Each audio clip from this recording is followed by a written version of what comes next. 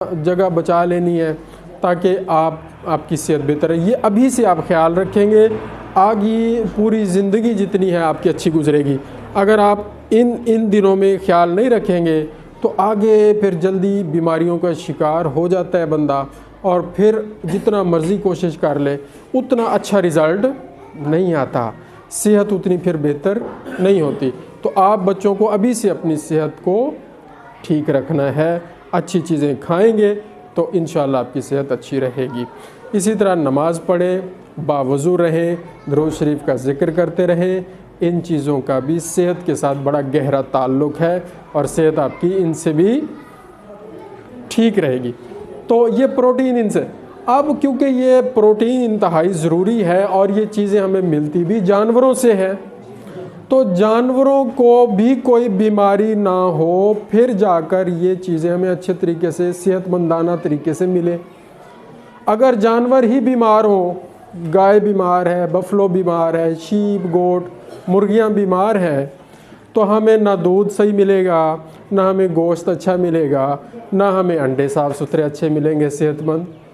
ऐसे ही है ना। तो इसलिए मैंने कोशिश की है कि कुछ बीमारियां जानवरों में जो होती हैं उनके बारे में आपको बता दूं, ताकि आप अपने बुज़ुर्गों को, अपने घर वालों को, अपने जहाँ जहाँ आपके हैं रिलेटिव्स, उनको थोड़ा सा आइडिया दें कि भाई जानवरों की सेहत का ख्याल रखना बहुत ज़रूरी है। आपको पता हो कि जानवर में अगर ये अलामात आ जाती हैं तो जानवर बीमार हो जाता है, और उसका फौरी तौर पर हमें क्या इलाज करना चाहिए, उसको कौन कौन सी वैक्सीन करवानी चाहिए, ये फिर एक आइडिया हो जाएगा। बात समझ आ रही है या नहीं आ रही? आ रही। अच्छा बेटा, अब ये जो बीमारी है पहले नंबर पे मैंने लिखी है FMD। इसका मतलब है फुट एंड माउथ डिजीज़। नाम से ही जाहिर है कि फुट यानी पाँव, माउथ यानी मुंह, डी से डिजीज़, मुंह खोर की बीमारी इसको कहते हैं। क्या कहते हैं? मुंह खोर वाली बीमारी। और ये होती है कैटल और बफलो, शीप और गोट में। ठीक है, कैटल कहते हैं गाय को, बफलो, बफेलो नहीं है ये लफ्ज़, बफलो है। शीप एंड गोट किस वजह से होती है ये बीमारी? एक वायरस की वजह से होती है जिसका नाम एफ्थो वायरस है। एफ्थो वायरस उसका नाम है। और जनाब उसकी जो फैमिली है उसको छोड़ दें, किस फैमिली से उस वायरस का ताल्लुक़ है उसको छोड़ दें। साइन और सिम्टम क्या होते हैं इस बीमारी में? फीवर होगा, बुखार होगा। हर बीमारी में तकरीबन 2-3 अलामात ज़रूर होती हैं। आप बच्चे भी जब बीमार होते हैं, बुखार होता है नंबर 1, और खाना पीना छूट जाता है, खाना पीना कम हो जाता है, अच्छा नहीं लगता खाना, उस कंडीशन को कहते हैं एनोरेक्सिया। ये मैंने लिखा हुआ है एनोरेक्सिया। हर बीमारी में देख लें, fever anorexia, fever anorexia, fever anorexia, सब में चल रहा है। 2 बीमारियां ऐसी हैं जिसमें मैंने नहीं लिखा, एंथ्रैक्स में नहीं लिखा, और कभी कभी रेबीज़ भी इतना ख़तरनाक हो जाता है कि उसमें फ़ीवर नहीं होता बल्कि टेम्परेचर बहुत ही डाउन चला जाता है और जानवर जल्दी मर जाता है। तो इनमें नहीं होता, बाकी में अच्छा हो भी सकता है, हो भी सकता है, कभी कभी होता है कि नहीं होता। तो सबसे पहले फ़ीवर होगा, बुखार होगा, एनोरेक्सिया, खाना पीना छूट जाएगा, ब्लिस्टर्स बन जाएंगे, छाले बन जाएंगे मुंह के ऊपर, होंठों के ऊपर, ये जो डेंटल पैड्स हैं जहाँ पे दांत उगते हैं वहाँ पर छाले बन जाएंगे, कैटल को, बफलो को, शीप और गोट को। बात समझ आ रही है?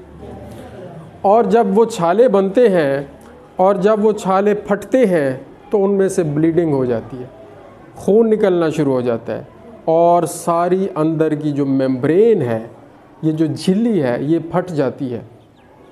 और जब फट जाएगी मुंह से हर वक्त लुआब निकलता रहेगा, उसको कहते हैं एक्सेसिव सैलिवेशन, बहुत ज़्यादा लुआब निकलना, एक्सेसिव सैलिवेशन। और वो सैलिवेशन यानी लुआब इतना निकलता है कि एक रस्सी नुमा एक वो पूरी रस्सी झाग जो निकलती है वो ऐसे लगता है जैसे एक रस्सी लटकी हुई है, बार बार वो निकलती रहती है। रोपी, उसको कहते हैं रस्सी नुमा झाग, ठीक है ना। रस्सी देखी हुई है ना आपने, रस्सी, उसी तरह एक छोटा सा यहाँ पे लुआब की रस्सी निकली रहती है।